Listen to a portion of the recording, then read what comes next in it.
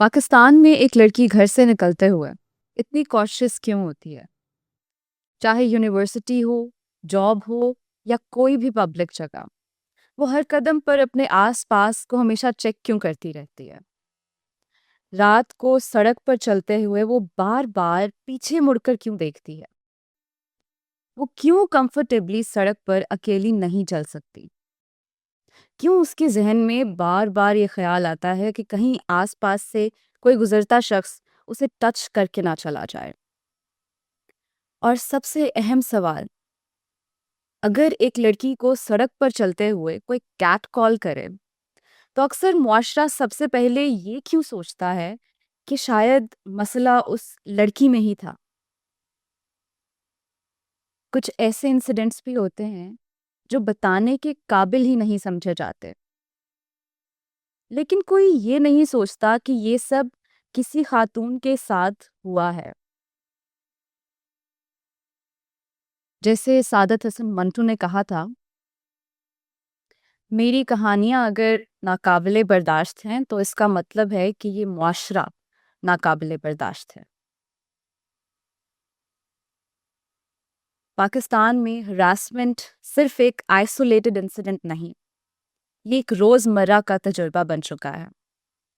Work places, universities, streets और online spaces, हर जगह ये मसला मौजूद है, लेकिन अक्सर रिपोर्ट नहीं हो पाता। According to a report by the Digital Rights Foundation, Pakistan में 40% खवातीन साइबर बुलिंग का शिकार रह चुकी हैं, जिसमें sexual harassment, blackmailing, hate speech, stalking, identity theft और फिजिकल थ्रेट्स शामिल हैं। रिपोर्ट्स ये भी बताती हैं कि बहुत सी खवातीन हरासमेंट फेस करती हैं, लेकिन अक्सर या तो चुप रहती हैं या तो उन्हें अपने लीगल राइट्स का इल्म नहीं होता, या फिर कल्चर, सोशल प्रेशर और विक्टिम ब्लेमिंग के खौफ की वजह से उन राइट्स को यूज़ करना मुश्किल हो जाता है। तो सवाल ये है, हरासमेंट असल में है क्या? लॉ इसे कैसे डिफाइन करता है, और अगर आपके साथ ही हो जाए तो आपके पास क्या ऑप्शंस हैं? आज के नो योर राइट्स के इस एपिसोड में हम बात करेंगे हरासमेंट के हर पहलू पर, लॉ, राइट्स और वो प्रैक्टिकल स्टेप्स जो आपको लेने चाहिए। हमारे साथ मौजूद हैं barrister Mehrunnisa Sajjad, who is a human rights lawyer and is also providing pro bono representation to women, children, and minorities. Hello, Ms. Mehrunissa Sajad. Thank you very much for giving us your valuable time. My And pleasure. आज हमारा जो ये episode है उसमें हम यही discuss करेंगे, which I already mention, that what is harassment. अगर हम इसे बिल्कुल सिंपल टर्म्स में डिफाइन करें, तो you are a lawyer, how does Pakistani law defines harassment? Pakistani law के अंदर 3 मुख्तलिफ जगह हैं जिधर हरासमेंट डिफ़ाइन हो रही है और टैकल हो रही है। एक तो पहले आपका था harassment in the work place वाला एक्ट, दैट वाज़ 2010 में ये लॉ आया था। ये महदूद है to an employer employee relationship, और इसमें वर्क प्लेस की ऑल्दो डेफिनेशन हमने एक्सपैंड भी की है। ये कहता है कि sexual harassment is any unwelcome sexual advance, request अगर कोई आपको कर रहा है for sexual favors या any kind of sexual conduct which is creating an uncomfortable working environment या एक hostile working environment जो बन रही है। सो ये तो एक वर्क प्लेस का आ गया। फिर आप अगर आते हैं पाकिस्तान पीनल कोड की, तो उसके अंदर कुछ सेक्शंस हैं, जिस तरह सेक्शन 509 है, that also talks about outraging a women's modesty. तो इसके अंदर आप ये this is more like harassment जो पब्लिक प्लेसेस में होती है, या इवन अगर आप किसी के घर में हैं, ठीक है, वर्क प्लेस वाला तो सेपरेट है, ये है। And this also talks about any kind of sexual behavior, whether it is verbal communication or non-verbal, अगर कोई इशारे कर रहा है आपकी तरफ, gestures कर रहे हैं वल्गर किस्म के, that is designed to annoy, insult, intimidate, या make up or threaten a woman in any scenario. Yes, anyone. Making anyone uncomfortable, कि उसमें जो अल्फाज यूज होते हैं दैट्स इंसल्ट, इंटिमिडेशन, अनॉय, और insult, annoy, intimidation or threatening towards a woman. So this is how PPC में define करते हैं. And then there are other sections which touch upon like obviously physical assault and physical harassment जो होती है. इसके अलावा we then have the Prevention of Electronic Crimes Act, PICA जिसे कहते हैं, और ये डील करता है ऑनलाइन स्फीयर में जो हरासमेंट, साइबर बुलिंग होती है, ब्लैकमेल होता है, और इससे डील करती है usually federal investigation agency FIA जो है, that deals with this basically. So ये तीन वो हैं काइंड ऑफ प्लेसेस जिधर लॉ हमारा हरासमेंट को डिफाइन करता है एक्शनेबली. क्या आप उसके बारे में कर सकते हो. जो पीनल कोड की प्रोविजंस हैं वो क्रिमिनल इन नेचर हैं. जो वर्क प्लेस वाला एक्ट है उसके अंदर बर्डन ऑफ प्रूफ जो है वो इतना स्ट्रिक्टली हायर थ्रेशोल्ड उसका नहीं होता. ठीक है. अच्छा, इसके साथ साथ क्या हमारी जो सोसाइटी कंसिडर करती है harassment, is there a gap between what our society considers harassment and what the law recognizes? Absolutely. I think society के अंदर ये एक, अगर आप कहेंगे कि एज अ वुमन आप जब सड़क पे बाहर निकलते हो और आपको 50 मर्द जो होते हैं वो घूर रहे होते हैं, ठीक है, एक जो आपका कॉन्फिडेंस उससे अफेक्ट होता है, आप अनकंफर्टेबल फील करते हो, वो सोसाइटी को नहीं लगता कि उसमें एक कोई बिग डील है. हाँ. ठीक है. इसी तरह एक इंसिडेंट हुआ था, and I will not take any names, जिधर देयर वाज एन एम्प्लॉयर जिसने अपनी एम्प्लॉय थी एक उनकी, उनको रिपीटेडली कह रहे थे कि मेरे से शादी कर लो, शादी कर लो. और उनको जब बाद में ये चीज़ पूछी गई तो उन्होंने कहा, तो मैं उसे ये तो नहीं कह रहा था ना कि डेट करें मुझे, मैं तो यही कह रहा था कि मैं रिश्ता भिजवा देता हूँ तो आप शादी कर लो. बट आई मीन, सो इसलिए ये एक सोसाइटी जो हमारी इस चीज़ को जिस तरह से व्यू करती है, I think we have a long way to go, क्योंकि उन्हें नहीं लगता कि ये एक बिग डील है. और दूसरा, सोसाइटी कहेगी कि औरत बात क्यों कर रही थी एक गैर महरम के साथ, या औरत अपने आप को कंडक्ट क्यों इस तरह से वर्क प्लेस में, क्यों, why was she talking to male colleagues. और इस तरह के काफ़ी आप देखेंगे कि कमेंट्स आते हैं ऑनलाइन भी. जब Just adding in this, बात करना तो दूर की बात, even if she wears anything with bright colors or maybe red lipstick, they or leave her like, hair open, okay, matlab she's asking for for this. that kind of attention. Yeah. So I think there is a huge problem. और देखिए eventually आपका law भी enforce किसने करने हैं, आपके जो institutions हैं enforcement, B it your police, B it your lower judiciary, be it your high courts, right? All these people are part of that same society. So we see कि यही वाले attitudes जो हैं वो replicate होते हैं. ठीक है, जब आप पुलिस के पास अगर कोई औरत जाती है और वो सीरियसली नहीं लेते आपकी कंप्लेंट, वो मतलब हरासमेंट की हम बात कर रहे हैं, लेकिन मतलब even in very serious cases of be it domestic violence, be it rape, that's not what we are discussing today, but उसमें भी पुलिस जो होती है उनका एक बहुत ही ट्रिवियलाइजिंग और डिमीनिंग कॉन्डिसेंडिंग एटीट्यूड होता है टूवर्ड्स फीमेल विक्टिम्स, और that is a result of a larger societal problem.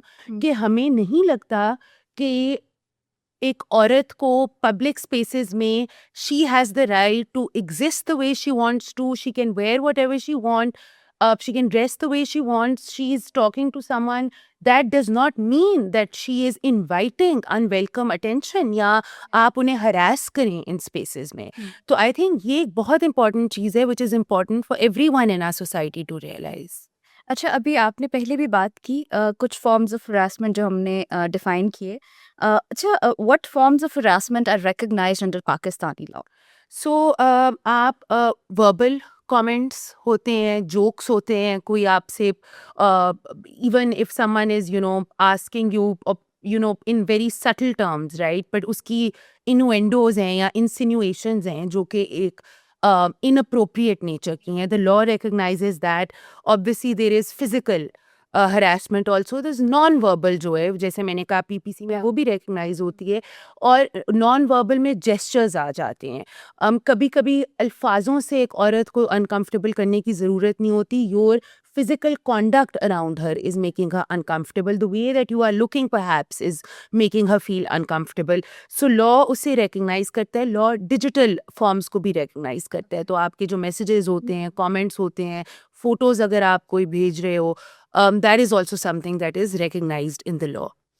So the law covers workplaces, public places, and online harassment. All of this, right? Yes, absolutely. And also we 2010 में जब workplace harassment वाला law आया था, Yes. उसके बाद से काफ़ी judgements आई हैं from the supreme court, also the high courts, जिन्होंने एक्सपैंड किया है वर्कप्लेस की डेफिनेशन, कि ज़रूरी नहीं है कि वर्कप्लेस ऑफिस, क्योंकि ये होता था ना कि कोई कंप्लेंट आती है कि oh but the harassment took place Outside somewhere the else. place. Yeah. Hmm. But it's like कि इट डजेंट मैटर कि दफ्तर में हो या ना हो, आप अगर इन अपने ऑफिस के काम के लिए कहीं आप जाते हो तो that also is covered by the definition of work place. और इसमें एक्चुअली जस्टिस आयशा मलिक की एक 2024 की बहुत अच्छी जजमेंट थी, जिसमें उन्होंने कहा कि लॉ को जिस तरह से इंटरप्रेट किया जा रहा है, that is defeating the purpose of the law.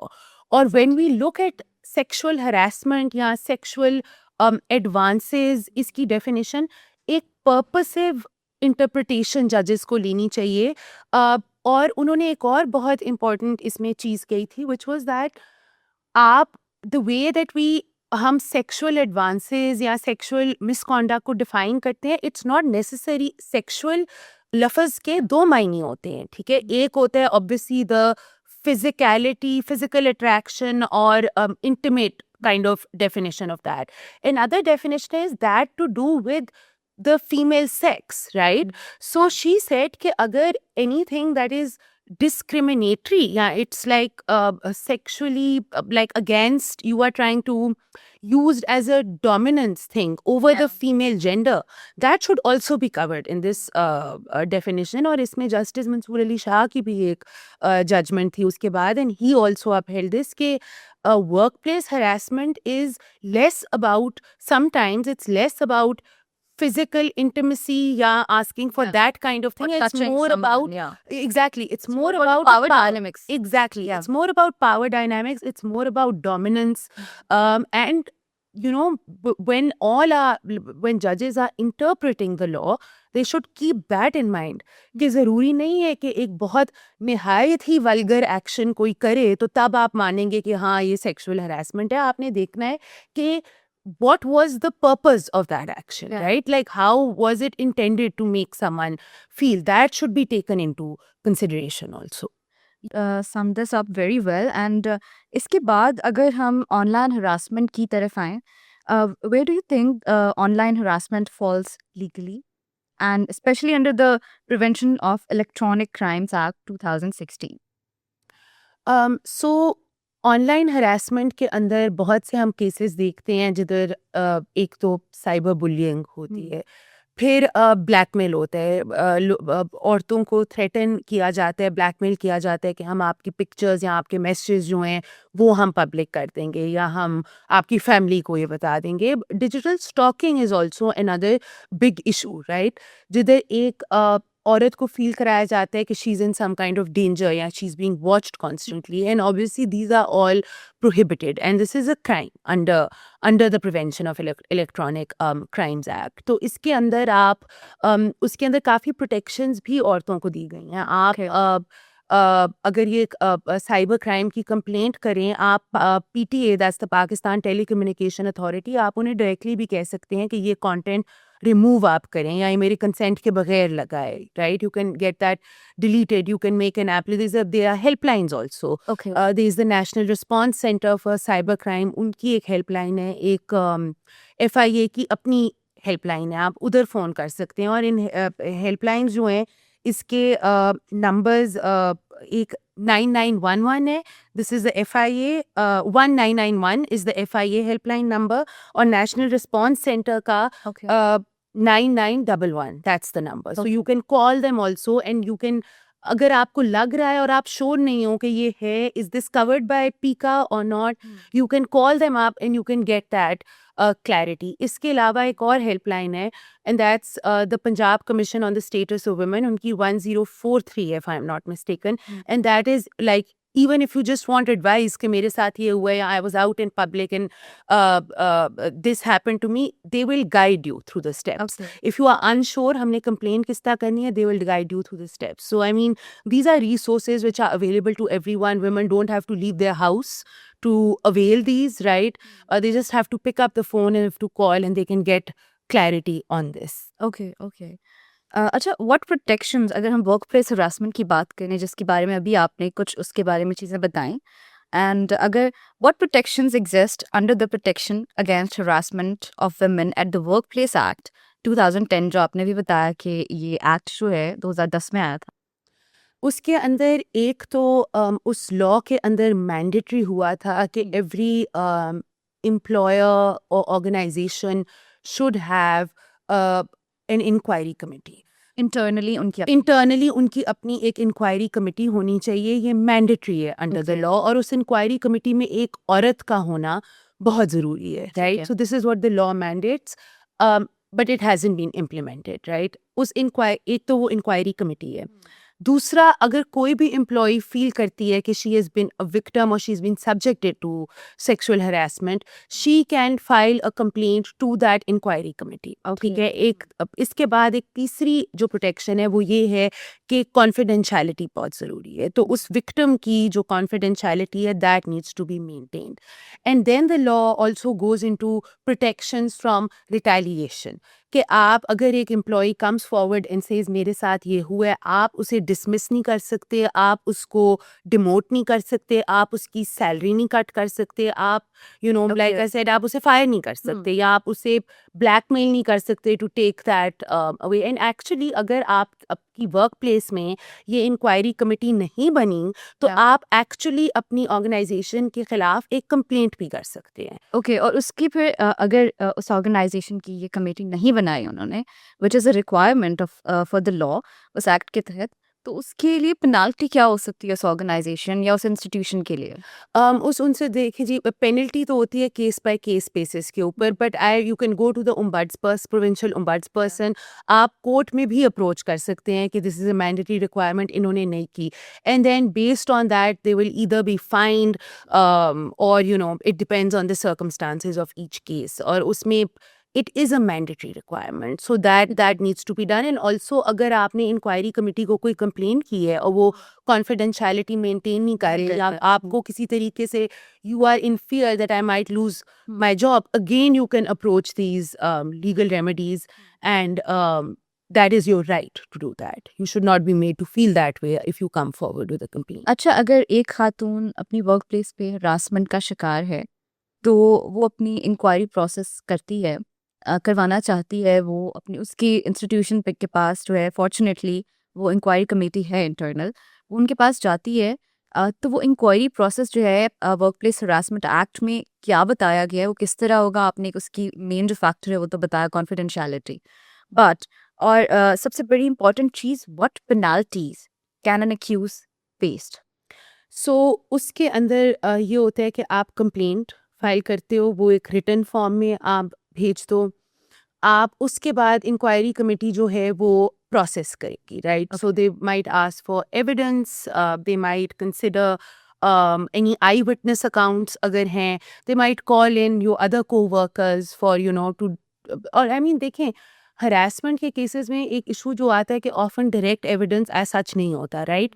But world over there are lots of cases जिसके अंदर डायरेक्ट एविडेंस नहीं होता. You use other things, you look at patterns, you look at behaviour of that person, you ask people how that person's behaviour is generally, right. So committee investigate करेगी and they have to give a final decision with in 30 days. Okay that is what the law demands. अब penalties के अंदर warning भी आप दे सकते हैं, आप उन्हें डिसमिस भी कर सकते हैं फ्रॉम एम्प्लॉयमेंट, आप उन्हें फाइन कर सकते हैं, विक्टिम को आप कॉम्पनसेट कर सकते हैं, आप उन्हें डिमोट कर सकते हैं. और fine, sorry to interrupt, fine कितना होगा? फाइन जो है, it obviously also depends on the circumstances of the case. इसके अंदर आप अगर एक सीरियस नेचर की ऑब्वियसली अगर हरासमेंट हुई है उसमें फाइन ज़्यादा होगा. दे विल कंसिडर कि उसके अंदर मेंटली या साइकोलॉजिकली उसका क्या damages कितने हैं. एग्जैक्टली कितना डैमेज विक्टिम को हुआ. So that will depend on that.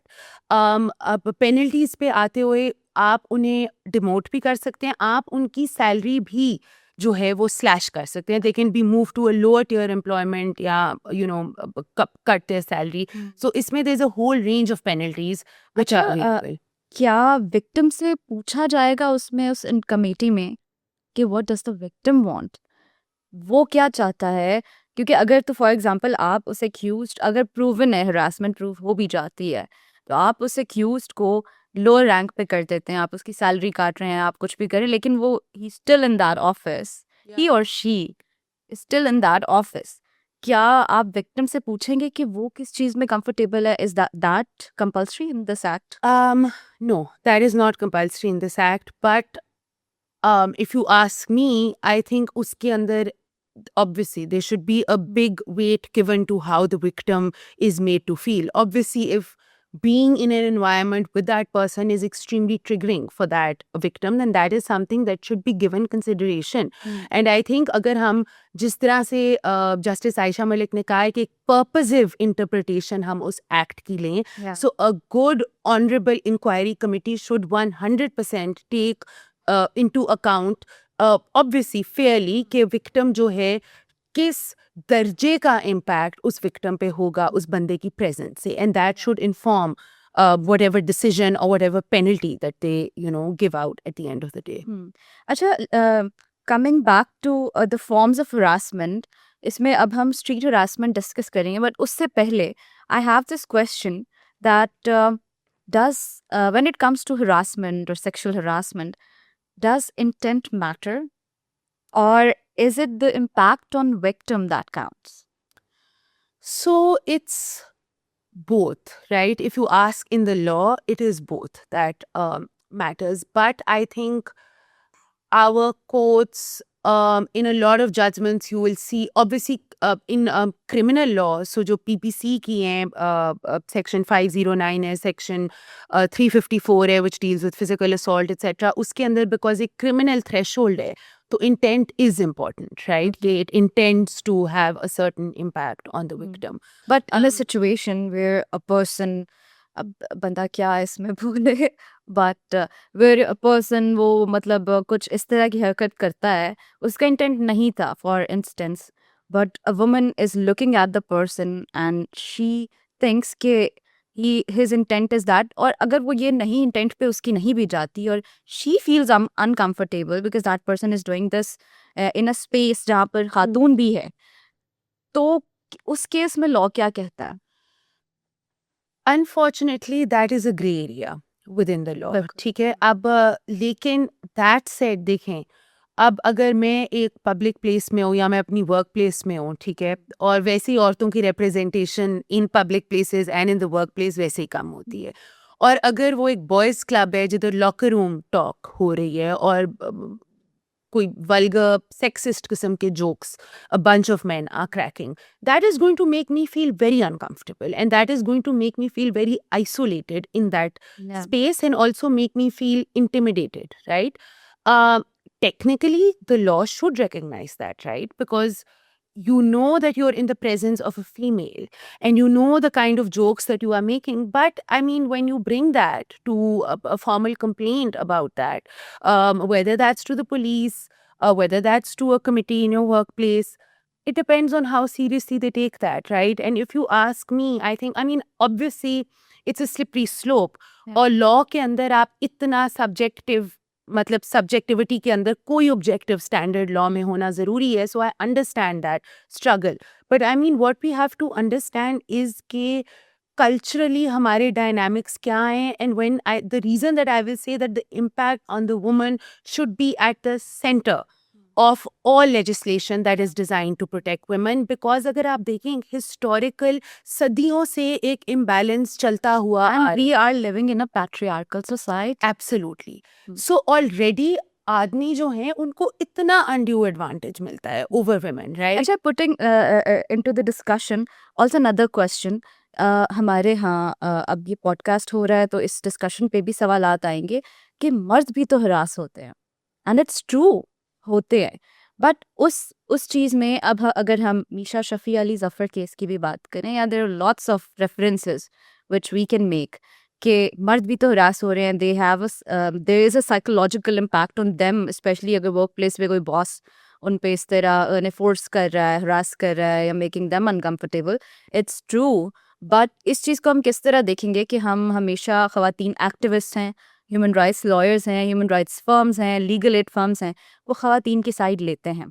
ठीक है, ये इल्ज़ाम लगाया जाता है ख़वातीन पे भी, फेमिनिज्म पे भी, फेमिनिस्ट पे भी, कि आप ख़वातीन की साइड लेती हैं चाहे वो गलत भी बोल रही हों।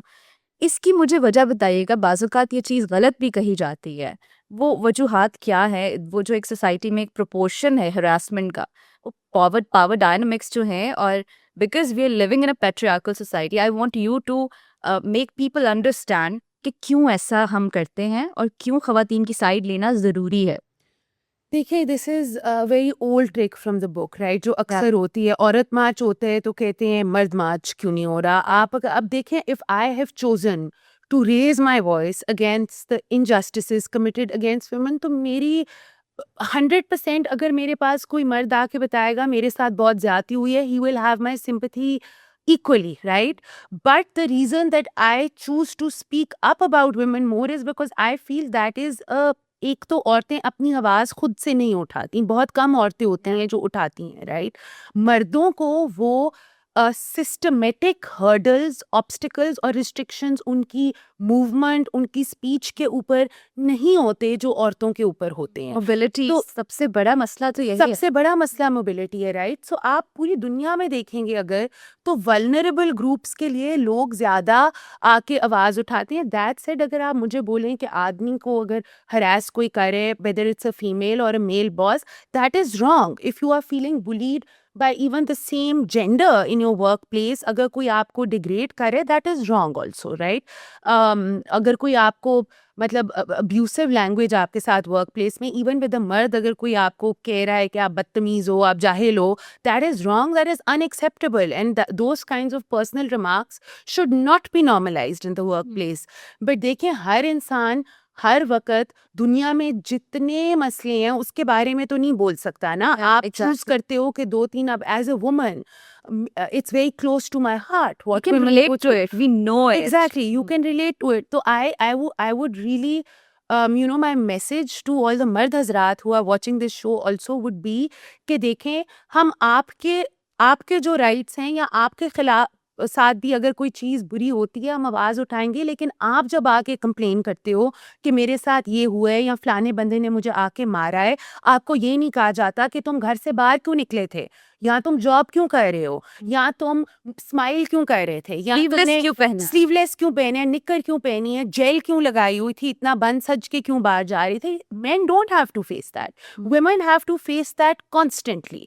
मतलब इधर तो हमारी सोसाइटी में मोटरवे पे जब किसी का gang rape in front of a children होता है तो कहा जाता है कि रात को पेट्रोल क्यों भरवा रही थी गाड़ी में। Those are the kind of disgusting things that women have to deal with. तो आई मीन, आप अगर देखें तो एक डिस्प्रपोर्शनेट वो है, इन औरतों के खिलाफ इस तरह के इंसिडेंट्स जो होते हैं वो बहुत अनरिपोर्टेड जाते हैं।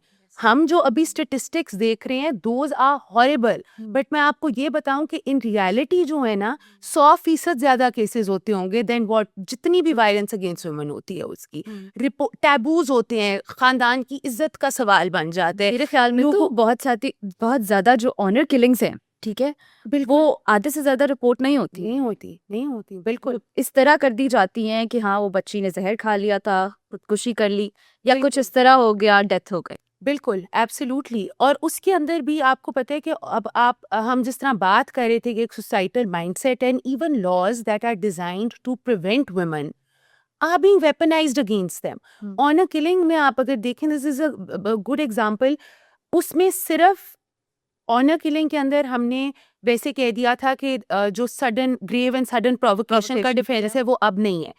जजेस have found a way to do away, they say वो कि एक्चुअली इसमें ना, ये तो हम चार्ज कर रहे हैं नॉर्मल मर्डर या होमिसाइड क्योंकि ऑनर इंटेंट ही नहीं था। सो सडनली वो डिफेंस वापस आ जाते हैं। तो आप इवन मतलब why are we so adamant कि इवन लॉज जो औरतों की प्रोटेक्शन के लिए आए हैं, हमने कोई ना कोई लूप होल, तो there is a lack of intention and will to uphold the protection of women in our country, and that is a serious epidemic, I think. या that's true.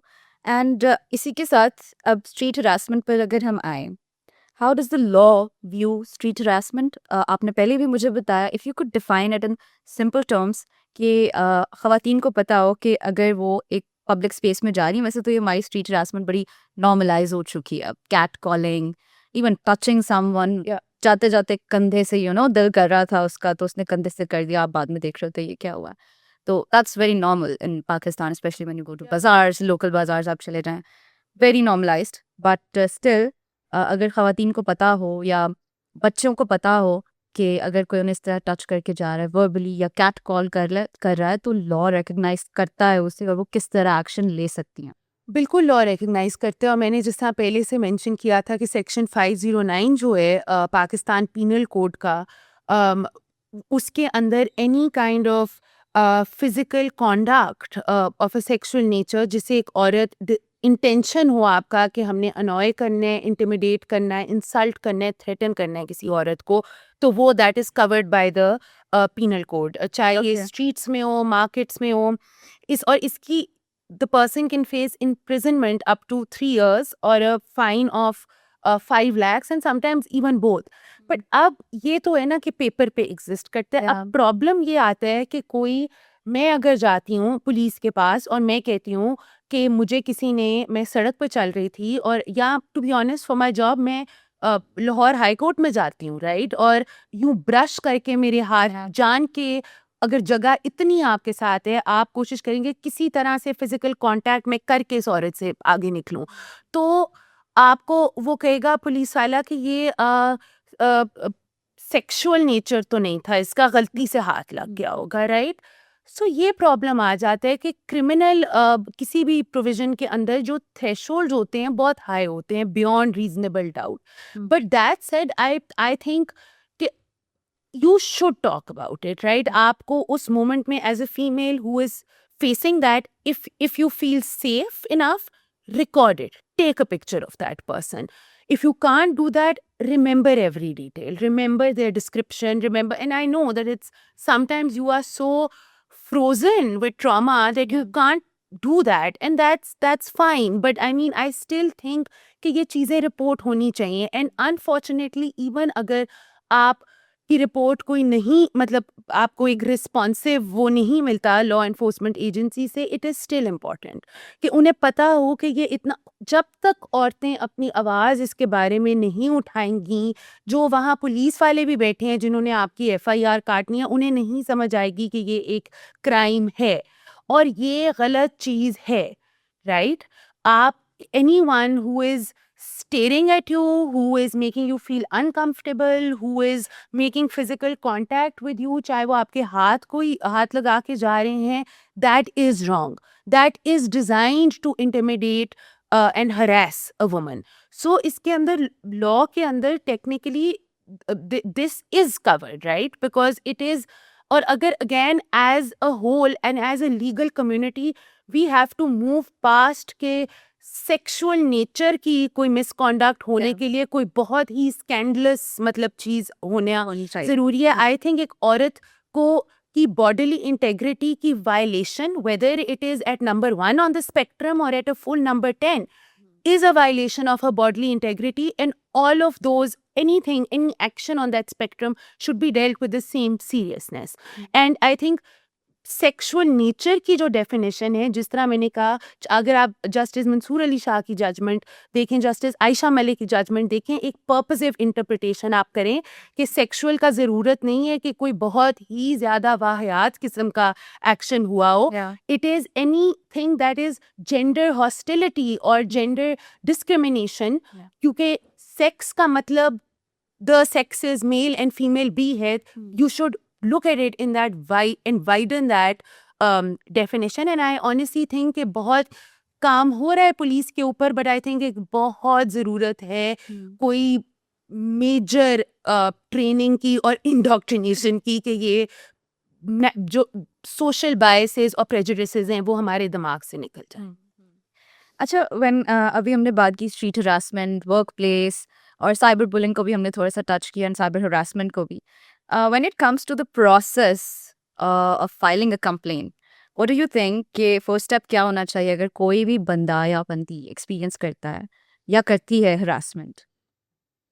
So I think if you feel like you have experienced harassment, अगर आपने ये एक public place में आपके साथ हुआ है या किसी के घर में हुआ है, तो आपको पाकिस्तान पीनल कोड की जो प्रोविजंस हैं वो कवर करती हैं, ठीक है। इसमें मैंने जैसे कि कहा हेल्पलाइंस हैं, आप उधर भी फ़ोन कर सकते हैं, आप गाइडेंस ले सकते हैं, but I think you should report this. पहले तो आप अपनी सेफ्टी इंश्योर करें उस स्पेस के अंदर, उसके बाद आप ये रिपोर्ट करें, आप पुलिस को ये रिपोर्ट करें, ठीक है। और इसमें कोई टैबू नहीं है, कोई आपकी फैमिली की इज्जत के ऊपर it should not feel speaking up for your self या कॉलिंग अ रॉन्ग। और अगर आप ये देखें हमारे रिलीजन में भी है कि गलत, अगर if you see wrong being done, say that it is wrong. तो I think you should call the police, अगर आप and you file a formal complaint with them, FIR आप रजिस्टर कराएं। अगर आपके साथ ये वर्क प्लेस में होता है, अगर आपकी वर्क प्लेस में इंक्वायरी कमेटी है, तो आप उसके साथ कंप्लेंट फाइल करें, या आपकी जो प्रोविंशियल ओम्बड्स पर्सन है, आप उनके साथ कंप्लेंट जो है वो फाइल करें। इफ़ यू आर अनश्योर कि कंप्लेंट किस तरह मैंने फाइल करनी है, और इसमें भी काफ़ी कभार टेक्निकलिटीज़ आ जाती हैं। There are so many private organizations and NGOs who are doing this work and who will help you in the drafting of that complaint या guide you कि strategically आप किस तरह इसको हैंडल करें। अच्छा, इसके साथ साथ ही अभी हमने काफ़ी सारी ऑनलाइन हरासमेंट पे भी बात की, उसे हम मज़ीद थोड़ा सा डिस्कस करेंगे। हमने स्ट्रीट हरासमेंट को अच्छे से डिस्कस कर लिया है, हमने वर्क प्लेस हरासमेंट को।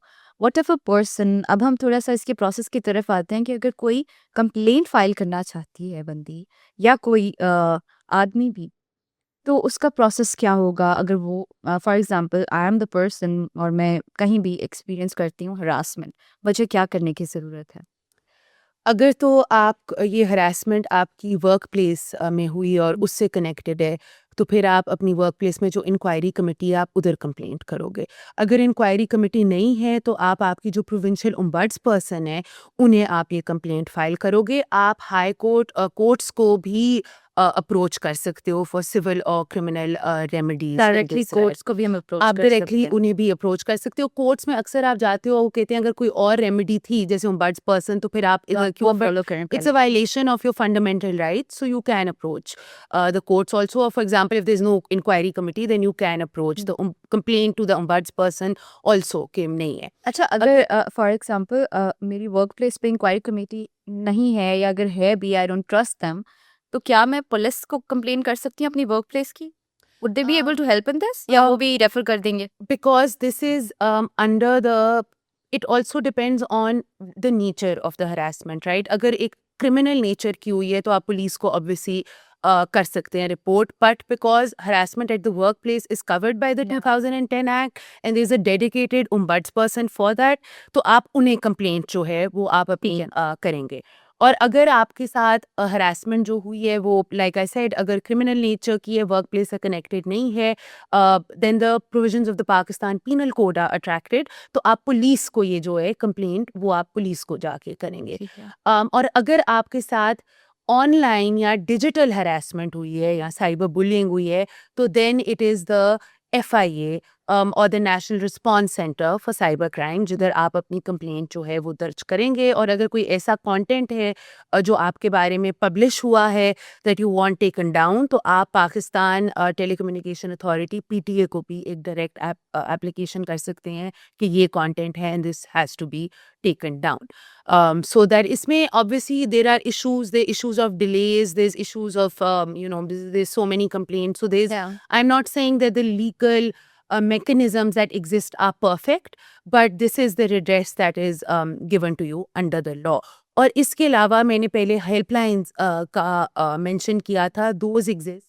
और इसके अलावा as a woman if you are, आपके साथ हरासमेंट हुई है and it's a very unnerving sort of thing, and आपको, आप श्योर नहीं हो कि क्या ये है harassment, ये नहीं है, that is perfectly normal. If you are not sure, that is how most victims feel right after they have been harassed. So there are so many private organizations who are doing wonderful work on this. There's so many NGOs, there are so many legal aid clinics who have an open window kind of policy. आप Yeah. उन्हें phone करके पूछ भी सकते हो और आप guidance भी ले सकते हो कि ये मेरे साथ हुआ है, who should I go to, what kind of ठीक what है, should I language should I use ठीक when I'm drafting the complaint. And there's lots of lawyers who do this work free of charge also, so you can approach any one of them. ठीक है। अच्छा, इसके साथ साथ there is a very important and my favourite question when it comes to evidence, harassment का evidence.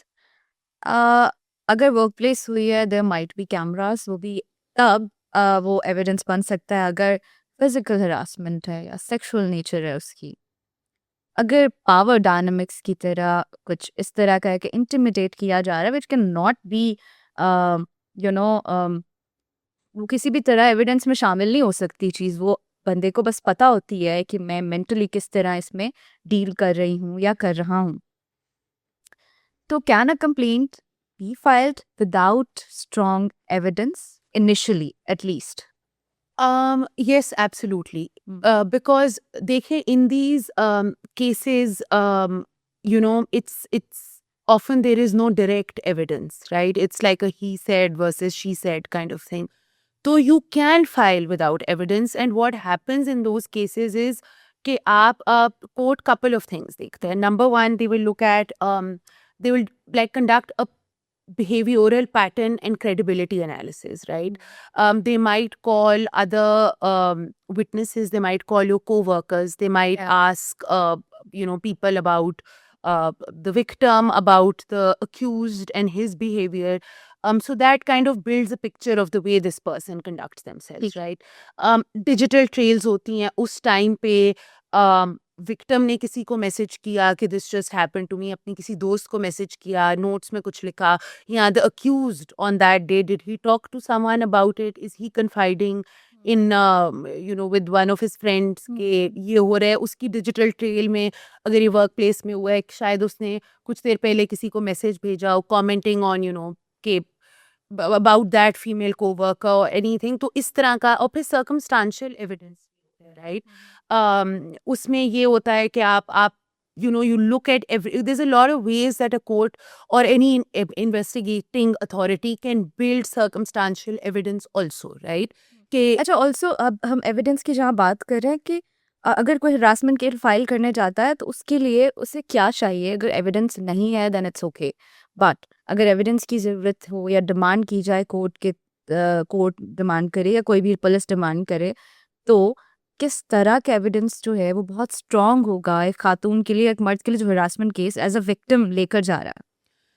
देखिए जी, knowing the location, I think कि इस जितनी आपकी कंप्लेंट स्पेसिफिक होगी ना, उतना आपका कंप्लेंट जो है वो स्ट्रांग होगी। तो ये आप नोइंग के this is where the harassment occurred, how did this pattern start, this is what happened at this point, this is what happened at this point, if anything happened at a time when there were other people, so even you don't have to go to them and say please come and be a witness. The inquiring committee or the investigating authority can themselves call them. आपने बताना है कि ये उस time पे ये जब हुआ फ्ला बंदा मौजूद था, या अगर आपके साथ एक पब्लिक स्पेस में हुई है, ये यहाँ हुआ, फलानी जगह पे हुआ, इस बंदे ने ये पहना हुआ था, ये डिस्क्रिप्शन है उस बंदे की, all of those details matter a lot, right? Okay. So I think आपको जितने भी specifics याद हैं वो आप अगर उतनी आपकी complaint strengthen होती है. But that said, I think there is it's really important for our authorities to, बाहर के मुल्कों में भी होता है, which is called a trauma informed investigation, right? Which is that when someone has been through something like Yeah. that, it is very common, number one, for the victim to not report it straight away, right? हमने Me Too movement के बाद देखा है कि कभी it takes decades for someone to even realize that this happened to me then and this was not right, this was wrong, right? And they come out then. So that shouldn't count against them. एक police के पास आप अगर जाएं और वो बोले अच्छा 3 महीने हो गए इस बात को, अब क्यों तुम्हें याद आए? तो they are not suppose to do that. आपको जब भी याद आए, that is irrelevant. There is no limitation on, जिस तरह और चीज़ों में होता है कॉन्ट्रैक्चुअल डिस्प्यूट्स वगैरह में, कि you have to file it और bring that action with in a certain time. नहीं होता in these things. And number 2, आपका जब आपकी क्रॉस एग्जामिनेशन हो रही होती है, your brain is designed to block unpleasant things. Yeah. So a victim might not have perfect memory of that incident, right? Yeah. So that should not be used as a, oh, ये detail पहले तो नहीं तुम्हें याद थी, complain में तो तुमने नहीं ये लिखा, अब क्यों तुम ये मतलब that person has been through a very traumatic incident, so we must approach that, approach them with some sensitivity, right? And often recounting those events, yeah, that incident is in self a repetition of that trauma for the victim, right? So we have to, trauma sensitive handling honi chahiye of these investigations. अच्छा, last question regarding the evidence. इस हवाले से हाँ, बड़ा मुश्किल है harassment के case में एविडेंस इकट्ठा करना, मेरे ख्याल में पुलिस के लिए भी. लेकिन when it comes to the victim, is the burden of proof on the victim in the cases of harassment especially? So when we talk about the 2010 Act that deals with workplace harassment, उसके अंदर it is more probable than not आपने prove करना होता है, right? एक circumstantial contextual उसके ऊपर court देखेगा कि is it, क्या लग रहा है given all the circumstances, scenarios, जो भी हमने अगर evidence देखे या witnesses देखे या behavior patterns उन दो लोगों के जज किए हैं, what does it seem like must have happened? When we come to street harassment या physical harassment covered under the Pakistan Penal Code, because that is criminal in nature, those thresholds are difficult to meet. So उसके अंदर prosecution के ऊपर burden of proof होता है beyond reasonable doubt कि आपके ऊपर ये होना चाहिए कि आप ये proof करो. And देखिए अच्छा, प्रोसिक्यूशन के पास तो हम तब जाएंगे जब ये मैटर कोर्ट में जाएगा, राइट? उससे पहले एक प्रोसेस आता है व्हेन इफ़ आई हैव एक हाइपोथेटिकल सिचुएशन लेते हैं, अगर मैंने हरासमेंट फेस किया है, I went to the police station और मैंने एक FIR दर्ज करवाई है, पुलिस ने कर ली at least because they knew that I was a journalist, मैं एक मीडिया पर्सन हूँ, दे न्यू, तो उन्हें करनी पड़ी. वैसे तो यूजुअली वो करते भी नहीं. तो अगर उन्होंने कर लिया दर्ज FIR, उसके बाद the matter didn't go to the court, right? And the police is asking me, और बिकॉज मेरे साथ स्ट्रीट हरासमेंट हुई है, I didn't know who the person is, और he was talking as well, but मुझे पता नहीं है बंदा कौन है, ठीक है? और तो द पुलिस इज आस्किंग, मैंने जो FIR कराई वो नामालूम फर्द के खिलाफ कराई है, उसमें मेरे पास ना कोई कैमरा लगा, हाँ जो 7 कैमरास लगे हुए हैं वो भी ख़राब है, मुझे वो फुटेज नहीं मिली. How can I prove harassment? Yeah, that's a very good question, and that is perhaps probably one of the gaps in our And the police is legal asking system. me for the evidence. I'm like, you, Yeah, तुम्हें ढूंढना evidence, देखिए, मैंने नहीं ढूंढना. बिल्कुल Yeah. Technically तो police को जाके ये उनके ऊपर, आपने जब एक बार कहा कि मैं इस लोकेशन पे थी, ठीक है, शायद उधर जो दूसरे CCTV कैमराज हैं जो गवर्नमेंट के, वो नहीं काम करते, लेकिन अगर उधर कोई दुकानें हैं, शायद किसी दुकान के बाहर कोई कैमरा लगाओ, तो पुलिस की तो जॉब ये है ना कि वो कोशिश करे कि कहीं से उस बंदे की तस्वीर उन्हें मिल जाए, राइट? या आपने, चलें कैमराज लेट्स सपोज कहीं भी उस विसिनिटी में नहीं है, आपने कहा उस बंदे ने ये पहना हुआ था, ये किया हुआ था, उस एरिया के इर्द गिर्द क्या एक यहाँ घर हैं लोगों के, ठीक है, आप जाएं दरवाजे पूछें ये बंदा इस डिस्क्रिप्शन का कौन था. अब तो लाइक बहुत से ऑप्शंस हैं, provided there is the will to do it, right? We also in some jurisdiction see के जो विक्टिम है वो डिस्क्राइब करेगा उस बंदे को, और एक आर्टिस्ट बैठा होता है जो स्केच कर रहा होता है. हमने TV शोज में भी इतनी बार देखा है, राइट, कि वाज इट लाइक दिस, और एक close to real kind of एक पिक्चर जब बन जाती है, it kind of makes it easier to आप उस लोकेलिटी में जाएं, आप दुकानदारों से पूछा आपने इस बंदे को उस दिन पे देखा था, शायद उसने कोई चीज़ खरीदी थी किसी से, those kinds of things. And as a victim अगर आपके साथ ये एक स्ट्रीट में हुआ है and that person has let's suppose run away after doing it, या कोई मोटर बाइक पे था या गाड़ी में था, तो आपको एक चीज़ मैं कहूँगी, अगर आपके पास उस वक्त इतनी प्रेजेंस ऑफ माइंड है, आप प्लीज़ उनका नंबर प्लेट का नंबर जो है वो याद कर लें। देखें, इस माशरे में as a woman unfortunately the odds are stacked against us. तो आप जो बात कर रही हैं कि पुलिस आके कहती है कि तुम लाके एविडेंस दो, पहली बात तो वो मानेंगे ही नहीं कि वाकई ये हुआ है या नहीं। दूसरी बात, वो मुझे कर रहे हैं विक्टिम ब्लेम कि अच्छा आप जानती ही होंगी उस बंदे को, तभी वो आया क्यों था। आया वो आपके पास, हाँ, वो मुस्कुरा क्यों आया तो था? नहीं उसकी तरह। आपके पास अगर नंबर है तो दे दे, हम उसे ठीक कर लेंगे खुद ही, हमारी हेल्प करें आप। And I will be like कि मेरे पास अगर होता या कुछ भी उसके बारे में इंफॉर्मेशन जितनी भी थी, मैंने एफआईआर में लिखवा दी है, कंप्लेंट जो की उसमें लिखवा दी है। But you are still victim blaming me, you are not interested in dealing with the case. या So it's always this burden is on the victim, I would say. Yeah, I mean although as police is there कि अगर कोई आपके पास complaint लाए तो ये आपकी job है कि आपने इन्वेस्टिगेट उसे करना है। Evidence ढूंढना आपकी job है, Evidence right? ढूंढना should be the onus should be on the police. In practicality, that doesn't happen. But the onus should be on the police, right? उन्होंने प्रोसिक्यूटर को ये या जो भी प्रोसिक्यूट करे देना है एविडेंस, कंप्लेंट रिकॉर्ड करनी है और कोशिश करनी है कि ये अब देखें, अगर मेरे घर में डाकू आते हैं और मैं पुलिस को फ़ोन करती हूँ, वो मुझे ये तो नहीं कहते ना कि डाकू ढूंढने से पहले मुझे ज़रा एविडेंस दें कि वाकई आया था। या कि कोई आया था कि नहीं। You will take that seriously, right? आप उस नेबरहुड में सर्च भेजेंगे, आप ये करेंगे, तो why doesn't same intention like lie when it comes to women? और आप हरासमेंट की बात कर रही हैं, आप यकीन जानें कि इन केसेस ऑफ डोमेस्टिक वायलेंस जिधर एक औरत की टांगे टूटी हुई थी, एक डीएसपी बैठ के मेरी क्लाइंट को कहा है कि ये तो मामूली सी बात है, 25 साल शादी में, so what if he broke your legs? So I mean, if this is the attitude of our law enforcement agencies where a woman's bones have been broken, तो harassment या cat calling आप सोच लें कि उन्होंने किस खाते में उसे लाना है। That's unfortunate, but I mean, if there's any public authority that is watching this, please do something about this. Yeah. Fast, right? अच्छा, इसके साथ ही बड़ा ही एक इंटरेस्टिंग केस है हमारे पास, मीशा शफी वर्सेस अली जफर। ये 2018 में शुरू हुआ। उसके बाद बहुत ही हाई प्रोफाइल केस बना because Misha was a singer, Misha is an actress, Ali Zafar is an actor and a singer. दोनों फैमिली फ्रेंड्स भी बताए जा रहे हैं कि रहे हैं काफ़ी अरसे। इस केस से व्हाट डू यू थिंक कि लीगल लेसन्स क्या हमें मिले हैं, स्पेशली मैथ्स लेवल पे?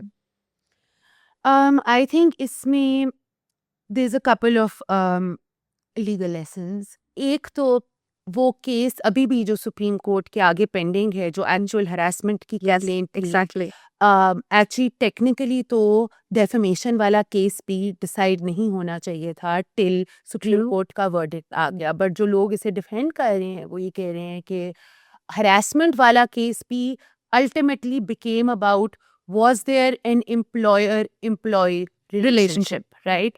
The court didn't even get into whether, harassment hui hai. That is what it ultimately boiled down to, right? So I think a lesson to learn here is that देखें, हमारा law बना है work place harassment के बारे में, but sometimes full time employees नहीं होते, contractual workers होते हैं, फ्रीलांस लोग होते हैं। सो हमने अपने लॉ को की डेफिनेशंस को क्लियर करने की ज़रूरत है, right? Because at the end of the day अगर इन टेक्निकलिटीज़ पे आके कंप्लेंट्स या केसेस डिसमिस हो जाने हैं, तो this is the reason that women feel so demotivated and discourage to approach authorities to begin with. So that is one legal lesson from this, right? और उसके बाद obviously काफ़ी scope जो है 2010 के एक्ट का, since then it has been widened.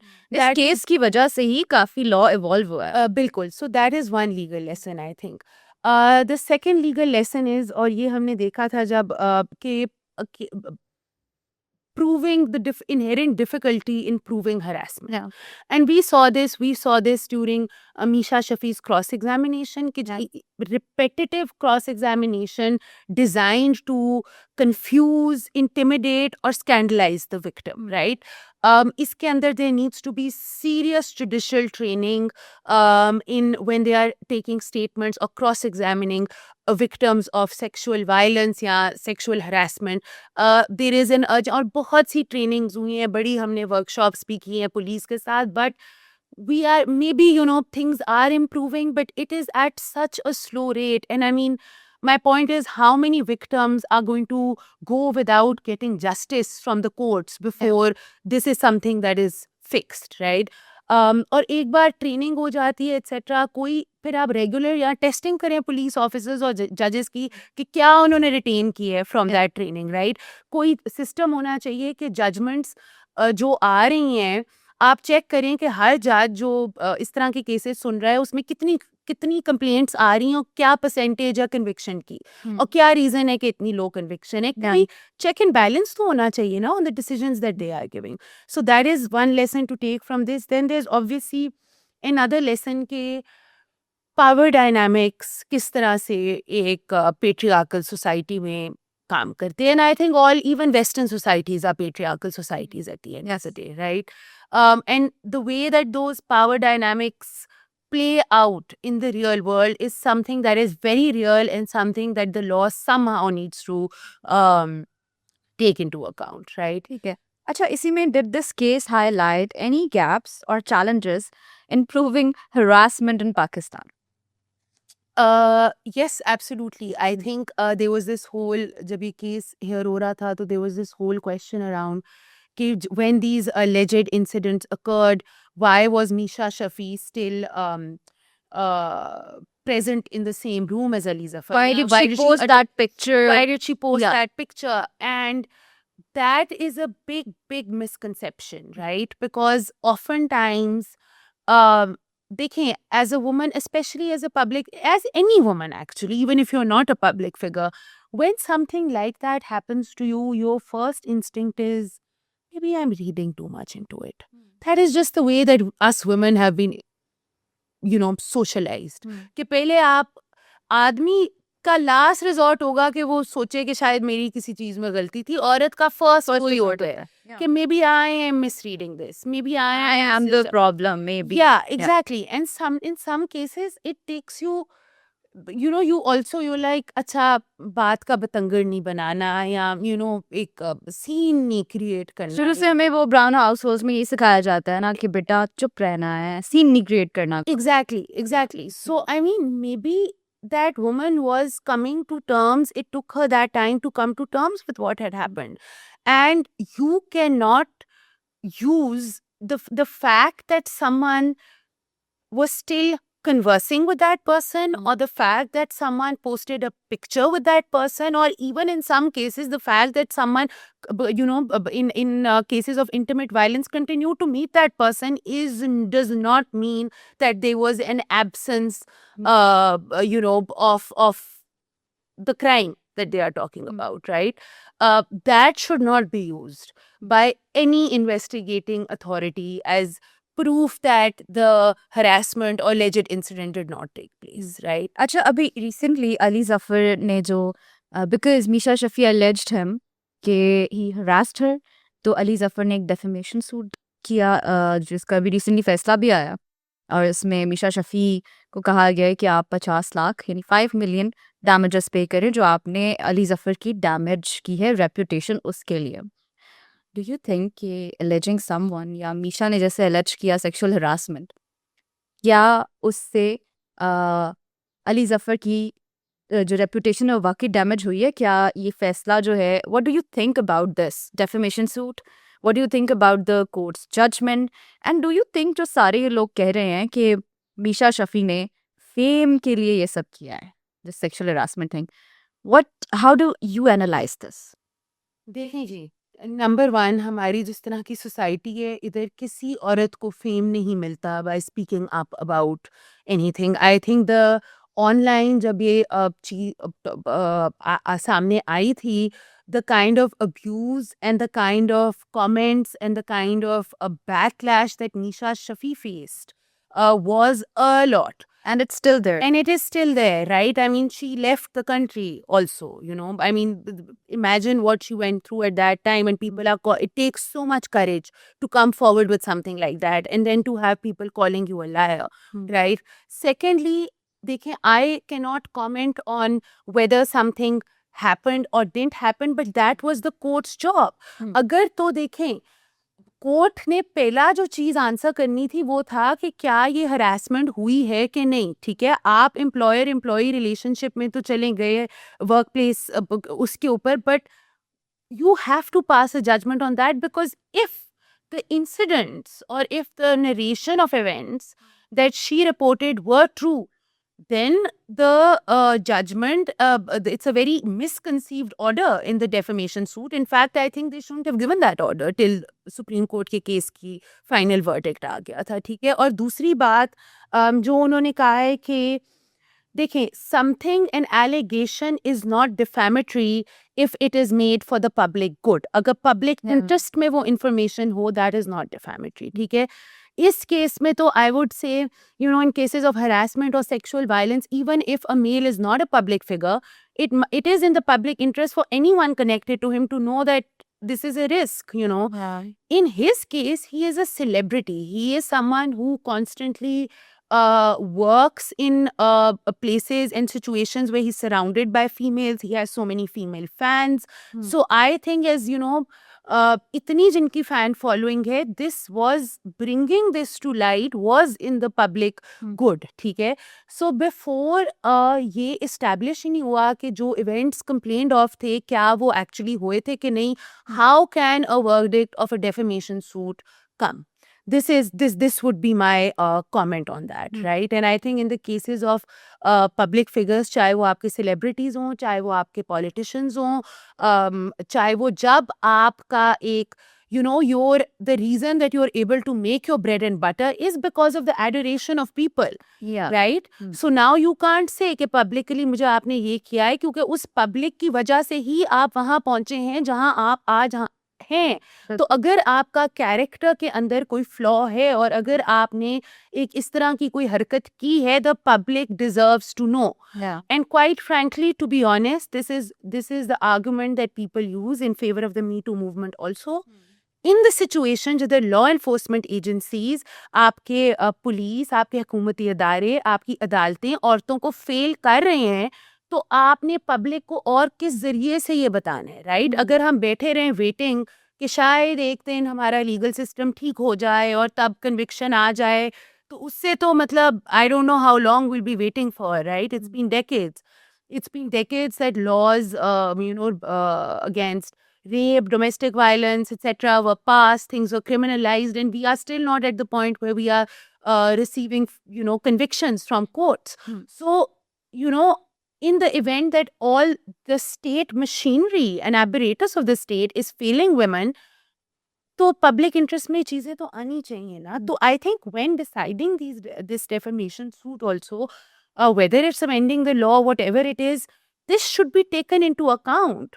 That how else does a woman bring her case forward if, as a victim of some kind of sexual violence or harassment, I go to the police, they are refusing to register my FIR, my employing organization doesn't have the committee, there's some bias, or I want to file a complaint against the founder or CEO of that company, I feel utterly helpless and I have no recourse, right? I don't have the means to hire a fancy lawyer, or, I'm not the son-in-law of a very celebrated and big lawyer. So what am I, going to do? Like, the only way that I can talk about it or tell people that this happened to me is through social media, or it's, raising my voice. So I think the laws need to take that into account. Okay. अच्छा, अगर हम इसी में rights and protections की briefly बात करें, what rights does a victim have during the investigation process? अगर investigation process हो रहा है, चाहे पुलिस के साथ है, सबसे पहले तो, which is a difficult one. तो अगर पुलिस से मैं बात कर रही हूँ, complaint हो गई है, पुलिस investigate कर रही है, the investigation officer is there. तो मुझे क्या पता होना चाहिए कि मेरे पास कौन से राइट्स हैं? फॉर एग्जांपल, आईओ मुझे विक्टिम ब्लेम नहीं कर सकता, right? This is one of the examples. और क्या ऐसी चीज़ें हो सकती हैं? आपकी confidentiality, if you want to remain confidential you have that right. अगर आप पुलिस को कहते हैं कि मुझे आपने अक्यूज्ड के साथ एक कमरे में नहीं बुलाना, they are not suppose to do that. If you say it makes me uncomfortable, they are, I mean, they almost never listen in my practical experience, but that is your right. Right, they can't say अच्छा आप आमने सामने बैठ के जरा sort it out या कर लें। if you refuse that is your right, ठीक है। अगर पुलिस आपको कहती है एज इन अ फीमेल कि क्या आपके वालिदैन को पता है कि आप यहाँ आई हैं या आप इस सिचुएशन में थी, they are not supposed to do that. Okay. That is irrelevant, that is They're a not violation. supposed to inform my parents or anyone, guardian. If that right? is what you say, yes, absolutely, right. अगर वो कहेंगे कि आप ही अपनी complaint वापस ले लें, नहीं तो आपके वालिद को पता है, आपके भाई को पता है, आपके शौहर को पता है, that is also something that is wrong. They are not supposed to do that. And if they are trying to intimidate you or make you feel like this was your fault, then that is also something that is wrong. And I mean इतने आप government के online complaint portals हैं, पंजाब में chief minister का भी है। And I think that if you are a victim who is going through that and you are facing that kind of victim blaming और that kind of insensitivity from any investigating authority, be it your own workplace की internal वो, I think you should exhaust all the avenues available to you for a complaint, because till you raise your voice, these things are not going to change. Right. Acha, are there any protections against retaliation or pressure? Yes, absolutely. अगर आपको अगर accused की family या accused की तरफ से मेरे पे कोई indirectly pressure डलवाया जा रहा है, are there any specific acts और laws या FIR में ही, या किस तरह मैं पुलिस को बताऊंगी उसका अगर पुलिस इन्वेस्टिगेट कर रही है, या मुझे क्या करना चाहिए, उसमें क्या बेहतर ऑप्शंस हैं? अगर देखें आप ड्यूरिंग दिस इन्वेस्टिगेशन प्रोसेस आपको कोई कांटेक्ट कर रहा है, आपको कोई आपके घर आ रहा है या आपको कोई फॉलो कर रहा है, आपको कोई डराने धमकाने की कोशिश कर रहा है, so they are you are protected against that technically on paper, right. तो आप एक रिस्ट्रेनिंग ऑर्डर ले सकते हैं उनके खिलाफ, जो आपको अगर वो इनडायरेक्टली कर रहे हैं, जिस बंदे को वो यूज़ कर रहे हैं या जिस मीडियम को यूज़ कर रहे हैं, आप उसको, अगर आपको कॉल्स आ रही हैं आप वो रिकॉर्ड करें, आप वो पुलिस को दें, अगर मैसेजेस हैं आप स्क्रीनशॉट करें, अगर समवन कनेक्टेड टू यू को ये पैगाम पहुंचाया जा रहा है आप उन्हें बोलें कि ये करें, they not suppose to do that and you can get a restraining order against them. And actually if someone is trying to silence or intimidate victim, या वो आपको आके कहेंगे तुम तो ये केस हार जाओगी और तुम्हें इतने पैसे देने पड़ेंगे, कैसे करोगी, etc., that is actually, that is something I think that the police or whoever is investigating should take that into account कि अगर तो ये ना हुआ होता तो ये there is some guilt that this is happening, right? And that in and of itself is a separate crime also. Right. So you should know that that is wrong. Yeah, even if a police officer is discouraging you from taking action, that is also wrong. अक्सर होता है police officer कहेगा कि ये चीज़ें जितनी आप police से वकीलों से छुपा के रखें उतना बेहतर होता है, उसकी भी आप कंप्लेन करें उस बंदे। ठीक है। अच्छा, there is a perception that harassment laws are misused. ये बात कितनी हद तक सच है? What do you think? देखिए, I think obviously it will be wrong of me to say that they are never misused. ठीक है, obviously there are cases I'm sure where the accused is innocent and where there is some sort of personal vendetta that is used against the accused. I am not going to say कि ये नहीं होता. Right. I am not going to say कि कोई मर्द innocent नहीं होता. Absolutely ये situations होती हैं. हमने केसेस होते हैं जिधर कोई पर्सनल रिवेंज लेना हो किसी से, बट मैं आपको ये कहना चाहूँगी कि जो प्रपोर्शन है ना, जो केसेस रिपोर्ट होते हैं वो अभी तक बहुत अंडर रिपोर्टेड हैं, राइट। 100% अगर देखें जी इन एन आइडियल वर्ल्ड तो लॉ आपका और पूरा प्रोसेस ऑफ इन्वेस्टिगेशन परफेक्ट हो, right. No innocent man should go to jail and no victim should go without justice, but that is not what is happening. But मैं आपको ये कहूँगी specially हमारी सोसाइटी में इस तरह की आवाज़ उठाने से औरतों को इतना कोई Appreciate फायदा किया नहीं जाता। मिलता, आपको अप्रिसिएशन नहीं मिलती, आप एक स्टार नहीं बनते कि well done you raised your voice. आपको शायद आपकी अपनी फैमिली सबसे पहले डिसोन करें या बोले कि आपके सारे जानने वाले हो हाय आपको करेंगे, लोग आपको बात करेंगे, अगर ऑनलाइन का है लोग आपको अब्यूज़ करेंगे, आपके बारे में पर्सनल रिमार्क्स करेंगे। That's what all victims go through here. So in Pakistan I think the proportion of this is very low because of how difficult it is for a woman who decides to come forward.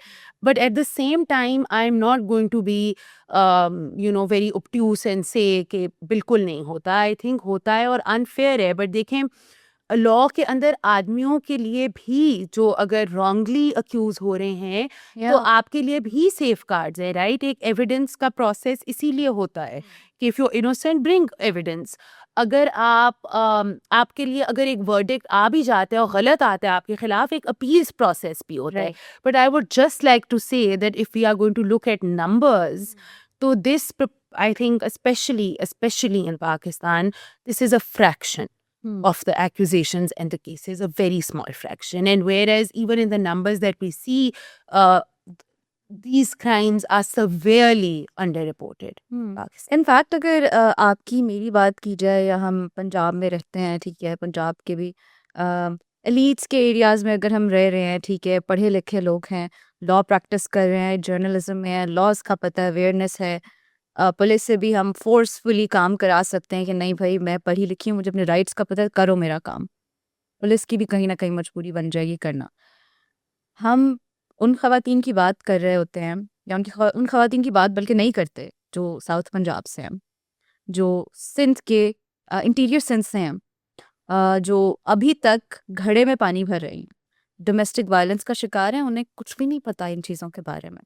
हम अपनी बात तो कर रहे होते हैं, तो वहाँ ऐसे जब केसेस आते हैं या उन खवातीन में से कोई अगर कहीं थोड़ी अवेयरनेस मिले, वो डोमेस्टिक वायलेंस डालकर रिपोर्ट करते, जो कि बहुत उसे कहते हैं रेयर है उनका रिपोर्ट करना, बट अगर वो करते तो अगर उस रेशो को देखा जाए कि पाकिस्तान में कितनी खवातीन जो हैं वो डोमेस्टिक वायलेंस का शिकार हैं, कितनी साइलेंट हैं, ठीक है, और कितनी ही इलिटरेट हैं, और कितनी लिटरेट होने के बावजूद घरों में बैठी हुई हैं सिर्फ इस वजह से कि शोहर ने कहा जॉब नहीं करनी, या इन लॉज या अपनी फैमिली ने कहा बेटा शादी के बाद जॉब ना करना, ठीक है। हम उस सोसाइटी के लेवल पे भी जाकर बात कर रहे हैं, and this is not happens in the lower middle class societies, it does happen in our upper middle class societies as well.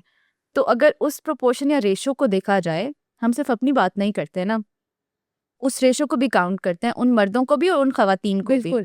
तो तब जो रेशो निकलती है, क्या हम कहेंगे कि वो खातून अगर उसने 10 साल के बाद एक डोमेस्टिक वायलेंस केस रिपोर्ट की अपने हस्बैंड के खिलाफ और उसके हस्बैंड को भी नहीं पता कि वो कर क्या रहा है लॉ के अकॉर्डिंग, तो हम तब भी कहेंगे कि नहीं ये इस मर्द के खिलाफ झूठा इल्ज़ाम है? We will not say that. But एक वो बायस तब आ जाता है कि जब एक पढ़ी लिखी खातून, जैसे मीशा की हमने बात की, वेस्टर्नाइज्ड जिस तरह स्लीवलेस पहनती है, या Meesha is a good singer, network है, और she has money, she is rich, और ऑलरेडी वो काफ़ी एक्टिव है ग्रुप्स में, ठीक है, तो pop culture and everything, she speaks English. So ऐसे केसेस में या मैं रिपोर्ट करूँगी अगर मैं जीन्स पहनती हूँ जाके, तो पीपल विल से कि डिमोनाइज किया जाता है।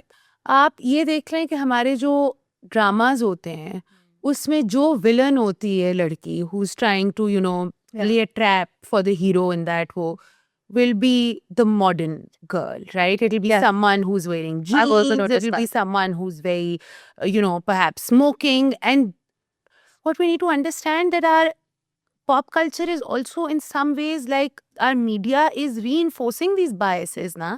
आप हमेशा जो innocent protagonist है वो एक simple सी लड़की होगी जो कि salwar kameez. Why are we equating innocence or kind of with this idea of a bichari, right? we want a classic victim, we want a perfect victim. बिल्कुल absolutely। अब हमारी judiciary, police system, even lawyer community, बहुत सारी जगह, या हमारे media में या मैस लेवल पर जाएं, लोगों में जो ऑडियंसेस होती हैं इस मीडिया को देखने वाली, people want a perfect victim, क्योंकि हमारे मीडिया वो रिइंफोर्स कर रहे हैं, हमारी जुडिशरी भी वो मीडिया देख रही है, एवरीबडी पुलिस ऑफिसर जो पुलिस ऑफिसर्स जो आईओ लेवल पे हैं, जो इतने लिटरेट नहीं होते, जिसने जाके इन्वेस्टिगेशन करनी है, एसएसपी ने खुद तो इन्वेस्टिगेशन नहीं करनी, एसपी ने इन्वेस्टिगेशन नहीं करनी, आईओ जो कि ज़्यादातर मेल हैं, उन्होंने जाके इन्वेस्टिगेशन करनी है. They do watch those traumas. So that's a really good point raised by you कि हमें वो जो परफेक्ट विक्टिम वाली मेंटालिटी है वो उसे ख़त्म करने की ज़रूरत है. बिल्कुल हम्म. बिल्कुल एब्सोल्युटली. अच्छा, इसके साथ साथ अगर हम गैप्स और सोशल बैरियर्स की बात करें, what do you think, why do many harassment cases go unreported? इसको पहले भी हमने थोड़ा सा डिस्कस किया. And how do power dynamics affect our justice system? So I think the reason that many cases go unreported, there are many reasons for that. Number one, सबसे पहले एक victim का fear होता है कि no one will believe me. That is the first thing. Second scenario के अंदर अगर ये इंसिडेंट एक पब्लिक प्लेस में हुआ है या एक वर्क प्लेस में हुआ है, तो वो लड़की एक फियर होगा कि अगर मैंने अपने घर वालों से भी ये बताया तो शायद they don't let me work any more, या शायद जो मुझे थोड़ी सी लिबर्टी या freedom of going out to the bazaar afford हो रहा है, that will be taken away from me. That is another fear. The third fear is कि ये बोलेंगे कि तुम्हारा शायद अफेयर चल रहा था इस बंदे के साथ. दैट इज कोई सिग्नल दिया होगा. क्या तुमने कोई सिग्नल दिया होगा, तुम ये क्यों पहन रही हो, तुम ये क्यों कर रही हो. Like all of those voices we have grown up with them, they have become like the voice inside our head, right? Part of our brain. Part of our brain, part of our inner dialogue also, Yeah. right? So that is a big fear. Then there is the fear that अब आप देखें मतलब I mean in a lot of harassment cases जो outcome होती है उसमें आप जब देखते हो, अब आप ये देखें जो डेफेमेशन केस की जजमेंट आई है, what effect is it going to have on the women who are following this case, right? They're going to see an empowered woman like Nisha Shafi, Yeah. Going who raised her voice, right? I'm not getting into what what happened or not. I'm just saying that the impact is going to be कि फायदा ही नहीं है कोई, right? 50 lakh देने पड़ गए. 9 साल हो गए, probably 8 साल हो गए. Yeah. वो एक जलालत है. Yeah, 100%. So that's negative messaging that you are getting, right? आप अगर and in so many cases in my own practical experience, खुला, domestic violence, rape, एक औरत जब courage ले भी लेती है to report something, वो अभी पुलिस इन्वेस्टिगेशन स्टेज पे ही होती है, she decides to take it back, and that is exactly what those officers want you to do. So that's answering your first question कि why they go unreported. taboo भी है society में. And then ये कि I will not be able to get married, right? कि मैंने ये एक तोहमत रख गई और it is like a दाग on me, the stain on my reputation and this and that, right? हालांकि जबकि ये एक this should be a stain on the accused, right? They should feel ashamed. As a victim, you should not feel ashamed. In fact, if you speak up, you should feel proud of yourself because your voice is strengthening the voice of millions of other girls, right? That is what you should always remember. But unfortunately, socially, we are not made to feel like that. It's so difficult. It is extremely difficult. And then the second thing I think you asked me was about training. First of all, the power dynamics of the justice power system. I think there is a huge thing. Like एक तो आप अगर देखेंगे कि हमारी society के अंदर वैसे ही औरतों को आप देख लें कितनी क्या परसेंटेज है औरतों की जो कि काम करती हैं, जो इकोनॉमिकली इंडिपेंडेंट है, राइट?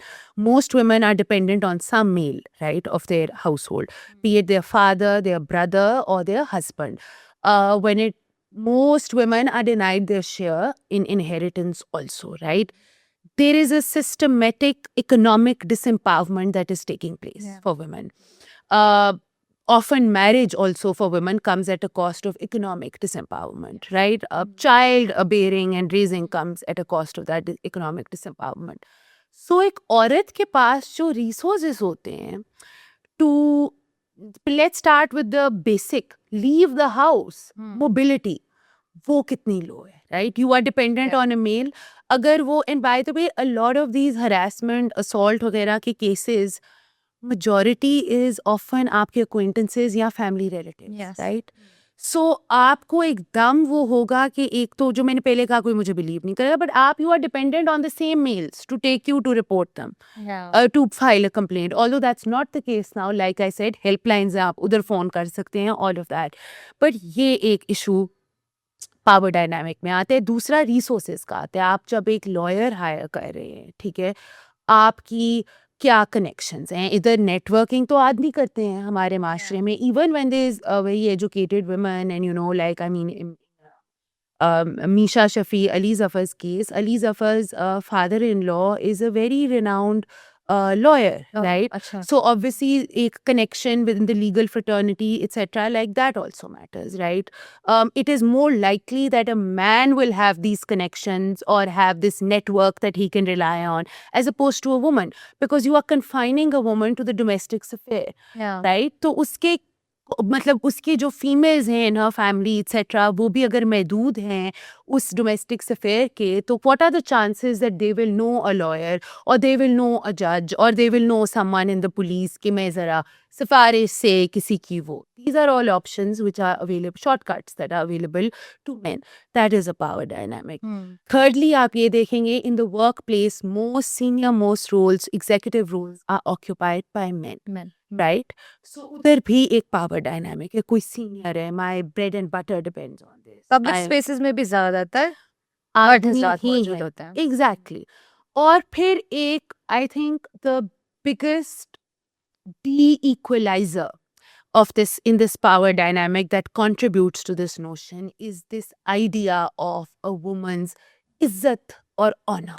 Yeah. उसको इतना हमने फ्रैजाइल बना दिया हुआ है कि एक औरत को लगता है कि मैं कुछ भी करूंगी तो मेरी रेपुटेशन At stake adversely होगी. at stake And it's होगी. not just my reputation now. It's my It's my family's, my father, my brother, my mother's reputation. Yes, and I don't know why as a society we are situating our whole family's honor in One the person. length of a woman's skirt or the length of her sleeves or the way that she is dressed up. I think there is nothing more dishonorable for a society or for a family to sit watching and not raise their voice when the females of that community, that culture, that society, or that family are being disrespected, are being harassed, are being the victims of a violence. I think there is no bigger beghairti than to sit by and watch this happen to your women time and time again. I think that is the most dishonorable thing. And honestly, right now, as trends go, I think we are a very dishonorable society and culture if we are allowing this to happen and if we are failing women who are a vulnerable group in our society. So I think a narrative of honor जो है ना, it is high time that this needs to be changed. And we need to take away that notion कि ये हर चीज में एक इज्जत का जो है. आई थिंक आपकी बेइज्जती तब है अगर आपके साथ कुछ गलत हुए और आप उसके बारे में आवाज ना उठाएं. आई think that is dishonour. That's true. And I think औरत को आप औरत भी ना समझे ना, एक इंसान समझ लें, एग्जैक्ट काफी है. एग्जैक्टली. आप ना उसे औरत वाले दर्जे पे बिठाएं कि ये हमारी इज्जत है, ये एक औरत है, हाँ. इसे लाइन में जगह दे दो. No, I don't want that. I just don't want to be a victim of any kind of violence Absolutely. That is gender based. ये स्पेशली औरतों की, जिस तरह आपने कहा औरतों को एक सीक्रेट एंटिटी का दर्जा हमने एक्चुअली दे के, it's ironic, we have stripped them of their humanity, of their rights of, and we are not looking at them, we've dehumanized them. We've seen them as someone, as an entity that is existing for men, for the family's izzat. But what about that person themselves? Individually उसकी value क्या रह गई है. मतलब वो माँ भी है, वो बेटी भी है, बीवी भी है, वो सब कुछ है घर का, ठीक है, ऑनर बन चुकी है वो घर का, लेकिन वो इंसान नहीं है. Absolutely. वो सब कुछ बन चुकी है, हर किसी दूसरे के लिए बन चुकी है. And that's how women sacrifice themselves. अपने घर में रहते हुए तो चलो फिर माँ बाप के पास हैं, वो बेहतर तरीके से प्यार करते हैं. वो भी रेयर केसेस हैं, कुछ ऐसे केसेस भी हैं जिनमें माँ बाप ही वायलेंस बिल्कुल कर रहे होते हैं अपनी बच्चियों पर. लेकिन जब वो इन लॉज के पास जाती हैं तो वही उन्होंने सीखा होता है, okay I have to sacrifice my choice. Yeah. Okay, I have to please my in-laws, I have to please my husband, Yeah. I have to sacrifice my choices, my passion, my Religious authority leaders कहते हैं कि and everything. आपका खावन मार सकता है आपको, मतलब इस तरह की जब मिस इन्फॉर्मेशन आप दे रहे हो तो it's a complete erasure of a woman's identity And autonomy and and autonomy. everything. I mean, Yeah. आपकी choices ही होती हैं जो आपको I think कि एक इंसान बनाती हैं, Absolutely. आपकी life shape करती हैं, आपकी personality shape करती हैं. And when you start sacrificing your choices one by one, Yeah. you just ruin your personality, you just ruin your growth. और वो आप खुद नहीं कर रहे होते, एक औरत को मजबूर किया जाता है और वो beliefs उसके अंदर integrate किए जाते हैं इस तरह कि हाँ you should do this, you should do that. Yeah. और एक Absolutely. खातून को पता भी नहीं होता इस चीज़ का. Yeah. Yeah, and they grow up internalizing all of that. And मतलब एक sacrificial lamb. Our concept of a perfect woman is a sacrificial lamb. जो पहले अपने माँ बाप, अपने बहन भाई, अपने बच्चों, अपने खावंद, अपने इन-लॉज के लिए अपने आप को लास्ट रखे. We don't like women who think of themselves first. और ऐसा भी है ना कि अगर वो अपने हस्बैंड के लिए कुछ नहीं कर रही, ठीक है, अपने हस्बैंड ने उसे कहा है कि तुम खाना बना दोगे, कि यार बाहर से मंगवा लो, मैंने दोस्त के साथ जाना है या मेरे भी दोस्त आ रही है, She's evil. उसकी सास या उसकी नंद या कोई और कहेगी यार मतलब तुमने अच्छा नहीं किया, you shouldn't be doing that. और अगर बच्चों के लिए नहीं किया कुछ और अपनी उस पर चॉइस कर दिया कि बच्चों को आज फादर संभाल ले या मेरी दोस्त संभाल लेती है, I have to go. That's what they कितनी बुरी माँ है. selfish. कैसी माँ है Selfish. ये? Yeah, absolutely. So these things are happening in our society, unfortunately. Ajay, last question would be, what role do institutions play in preventing harassment?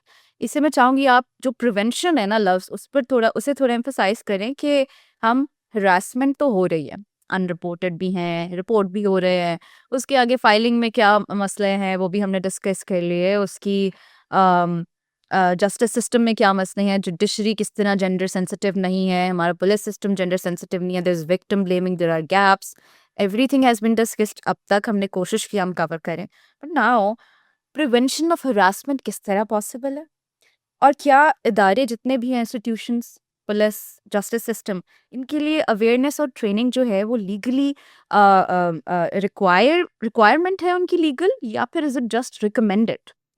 अच्छा, answering your first question first कि क्या हाँ prevention किस तरह हो सकती है harassment की. I think एक तो honestly if all the institutions are doing their job, I think the biggest deterrent will be कि perpetrators of this are brought to justice. I think that will be the biggest कि एक मर्द क्यों करता है, because he knows he can get away with it. He can do it and then get away with it. अगर हर मर्द के अंदर ये फियर हो कि मैं कोई इस तरह की अगर हरकत करूंगा, मेरे खिलाफ एक कंप्लेंट आएगी और I will be brought to justice, एक verdict आएगा, I will lose my job या I will be fined, I will be convicted, I will go to jail, I will be disgraced, मेरे साथ ये ठप्पा for the rest of my life रहेगा. I see कि कितने मर्दों में फिर ये वो होगी जुर्रत to do this kind of casual everyday harassment that they do. That's number one. Number two, I think prevention एक इसका तरीका ये है कि आप strengthen करें awareness, right? Like आप and I think इसके अंदर often focus, also that is also very important कि औरतें should be aware of their rights, right? And what measures they can take to file a complaint, remedies available to them, etc. But I think उतना ही important है आदमियों की training, right? awareness for them. Awareness for them. तो हम जब ये workshops कराते हैं औरतों के कॉलेजेस में, स्कूल्स में, प्लीज़ आप आदमियों के कॉलेजेस और स्कूल्स के अंदर भी जाके ये ट्रेनिंग कराएं. और उनका माइंडसेट जब तक नहीं चेंज होगा कुछ नहीं होगा. औरतें अगर हर औरत अवेयर भी हो जाए अपने राइट्स के बारे में, जब तक ये मर्द जो हैं इनको नहीं समझ आएगा कि ये एक हमने concerted effort as a society bottom up and top down approach लेके करना है कि मेंटालिटी हम ये बदलें, औरत को हम एक इंसान समझें. एक हर औरत जो है वो एक इंसान है, उसकी अपने जज्बात हैं, उसकी अपनी प्रायोरिटीज़ हैं, उसकी अपनी ख्वाबें हैं अपनी ज़िंदगी के लिए, अपने एम्बिशंस हैं, अपने in her own right she is a complete person and we have to respect that. She is not an object for the pleasure of man. जब तक ये एक अंडरस्टैंडिंग नहीं आएगी तो आई थिंक इवन जो हमारी इंस्टीट्यूशंस में मसले आते हैं वो वहीं से स्टेम होते हैं Yeah. कि मर्दों की mentality, and it's not just to be honest uneducated और illiterate people, it's educated literate people also Yeah. who have these opinions, right? Ki somehow a woman is inferior to a man, yeah, somehow she is always needs to be subjected to a man's, approval, disapproval, permission, or whatever. That is something that needs to change. And a woman's character, the choices she makes in her personal life, in how she dresses up, have nothing to do when you are deciding such cases. That's Perfect. completely irrelevant. That the choices she has made, her past, her relationships, whatever it is, that is immaterial when it comes to determining harassment or sexual violence against. I think you have perfectly explained it. And अब हम closing की तरफ जाएंगे. What is your key message to someone who is afraid to speak? Speak up if they've been harassed. So, my message to them would be that number one, recognize it. If it has made you feel uncomfortable, then that matters, right? My second thing that I would tell them is to document it, right? Even if you don't have evidence after the incident happens, as uncomfortable as it is, write down or take notes That's of true. whatever you can remember. And my third message to them would be report it. Yeah. Because the voice of one woman gives strength to the voices of thousands of women. So that would be my message. Recognize it, document it, report it. Thank you very much Mehrunnisa. आपने इतने बेहतर तरीके से हमारी audience के लिए इसे explain किया है. एंड लगता नहीं है कि इतना मुश्किल चीज़ है when we talk about harassment. अगर किसी और के साथ भी हो जाए तो ऐसा लगता, इतना वो फील नहीं होता कि अच्छा हरासमेंट है, बिकॉज नॉर्मलाइज हो चुकी है ना. जब तक आपके खुद के साथ वो नहीं होता, जब तक आप खुद वो फेस नहीं करते, फर्स्ट ऑफ ऑल हरासमेंट, वो तो साइडलाइन हो जाती है चीज़. But after that the procedure in Pakistan of reporting it, of recognising it first of all, then documenting it, वो चीज़ तो आपकी अपनी है, ठीक है, राइट? Yeah. आपने रिकग्नाइज कर लिया, but the last thing of reporting it, और उसके बाद जिस प्रोसेस से आप गुजरते हैं, I have been through it. आप जब विक्टिम ब्लेम होते हैं, and every girl in Pakistan has been through it, अगर वो रिपोर्ट करती है तो हरासमेंट का ट्रॉमा तो एक अपना है. अगर आप उसे रिपोर्ट करने जाते हो, एडेड ट्रॉमा आप ले रहे हो. That's another added trauma. तो अगर पाकिस्तान में कभी कोई खातून किसी हरासमेंट के इंसिडेंट को रिपोर्ट करे, चाहे वो फेमस हो या ना हो, प्लीज़ एक बार ज़रूर सोचिएगा इस चीज़ के बारे में कि जब वो इतनी मुश्किलात से गुजर कर उसे सिर्फ रिपोर्ट करती है, जो कि उसके लिए ज़्यादा मुश्किल है, तो क्या वो वाकई हुआ होगा या नहीं हुआ होगा. इसके बारे में सिर्फ सोचना ही बहुत ज़्यादा ज़रूरी है. Thank you very much. This is Iqra Manzoor and you are watching know your rights.